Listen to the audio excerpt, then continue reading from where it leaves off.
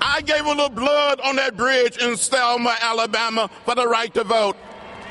I am not going to stand by and let the Supreme Court take the right to vote away from us. You cannot stand by. You cannot sit down. You got to stand up, speak out, and get in the way. Congressman John Lewis at yesterday's March on Washington 50th anniversary, invoking the historical legacy of the struggle for voting equality, a struggle that very much continues today. As former Secretary of State Colin Powell reminded members of the Republican Party this week, Thursday, just moments after North Carolina Governor Pat McCrory left the stage at North Carolina's annual CEO Forum, Powell used his keynote address to deliver a strong critique of the new voting law McCrory signed last week. Powell said, quote, "I want to see policies that encourage every American to vote, not make it more difficult to vote. It immediately turns off a voting bloc the Republican Party needs. These kinds of actions do not build on the base. It just turns people away." In response to Governor McCrory's description of voter fraud as likely existing but hard to detect, Powell responded, quote, "You can say what you like, but there is no voter fraud. How can it be widespread and undetected?" Joining me now is Scot Ross, Executive Director of One Wisconsin Now, Nina Turner, Ohio State Senator, and Judith Browne Dianis, Co-Director of the Advancement Project. Judith, I want to start with you because the biggest round of applause, other than for Reverend Sharpton yesterday, was for Attorney General Eric Holder. And I'm assuming because he said, we're going to Texas.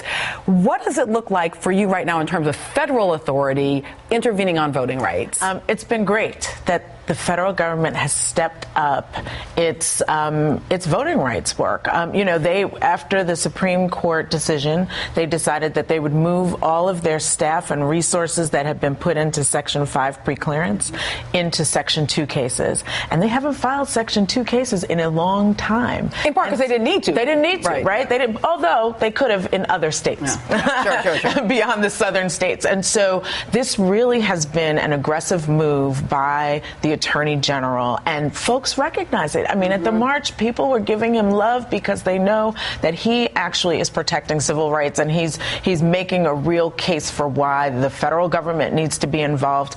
Texas is one of those places where they're saying, well, sovereign rights. Yeah. Why do the feds need to be in our business? And we know well why. We know the answer. But Scott, I mean, this point that Judith just made about outside the South, hello. So Wisconsin, you've been reporting on the kind of battles around labor, but now these voting restrictions moving into Wisconsin as well. Oh, absolutely. With, Rance Priebus, the RNC chairman, who used to be the Republican Party Wisconsin chairman, with his favorite governor, Scott Walker, we have seen a ceaseless and endless assault on voter rights in the state of Wisconsin. Everything from restricting early voting hours, ending souls to the polls, putting more partisans into the polling place, doing the things that will create chaos and long lines so that people go home instead of exercising the franchise. No surprise they do it in urban areas. Yeah, right. It gets very clearly, as we saw in this North Carolina case around student voting, right, we're going to target schools and particular schools, right, schools where we see particular voting patterns. Now, I've been pushing people on the history of the march and remembering that it doesn't all just begin in 63.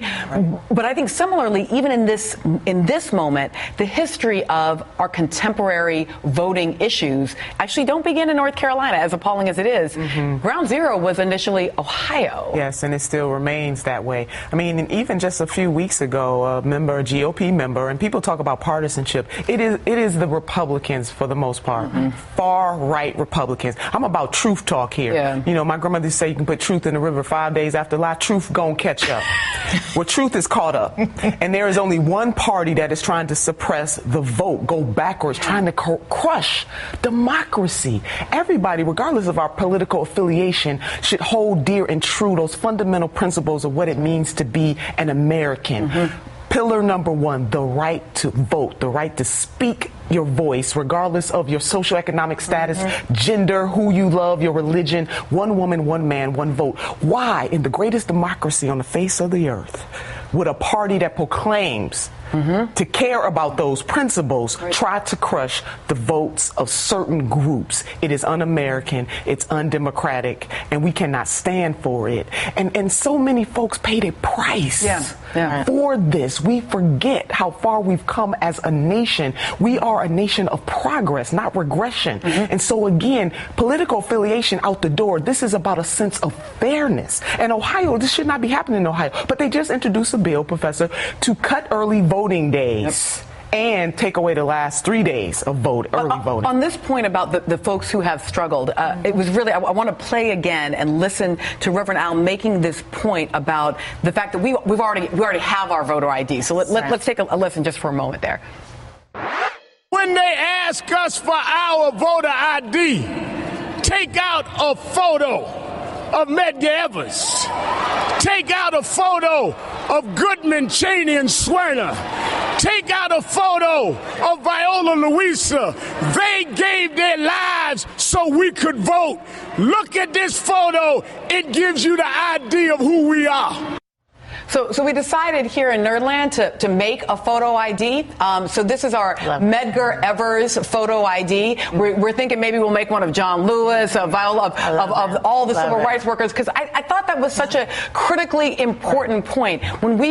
For someone to say, who are you when you vote, you say, I'm sorry, I'm of these people. I'm of these Americans who have already given their blood to vote. Paid the price. So why are we going backwards? I mean, you think about North Carolina, where we've made so much progress. I mean, really kind of like one of the birthplaces of the civil rights movement. When you think about SNCC and you think about what happened in Greensboro and the price that people paid to move us forward. And here we're in 2013 and we have the most aggressive attack on voting rights in that state. If we look across the country, every rollback that they are trying in North Carolina shows that we're moving backwards. And, and for the people like Medgar Evers, for all the people that paid the price, I think we know that there is a time, and I think voting rights was mentioned so many times yesterday.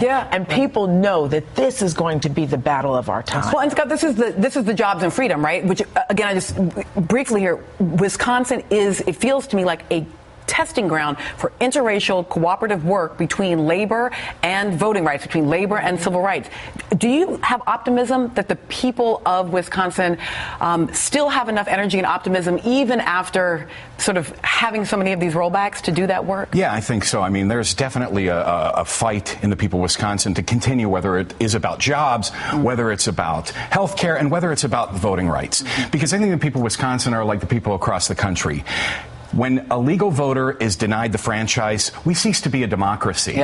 And what is the thing that they say? They say there's voter fraud. Well, we know that the only fraud is partisans who are manipulating the process to achieve their political goals. And for instance, in the state of Wisconsin, where Governor Walker passed photo ID, it's still in the courts, but where he passed photo ID, said it was because of fraud. We have had 14 million ballots cast in the state of Wisconsin since 2004 and less than 24 potentially improper votes. In our case, I got my photo ID. I'm bringing my voter ID with me. Scot Ross, Judith Browne Dianis, thank you so much. You're going to stick with us a little bit longer, Ms. Turner.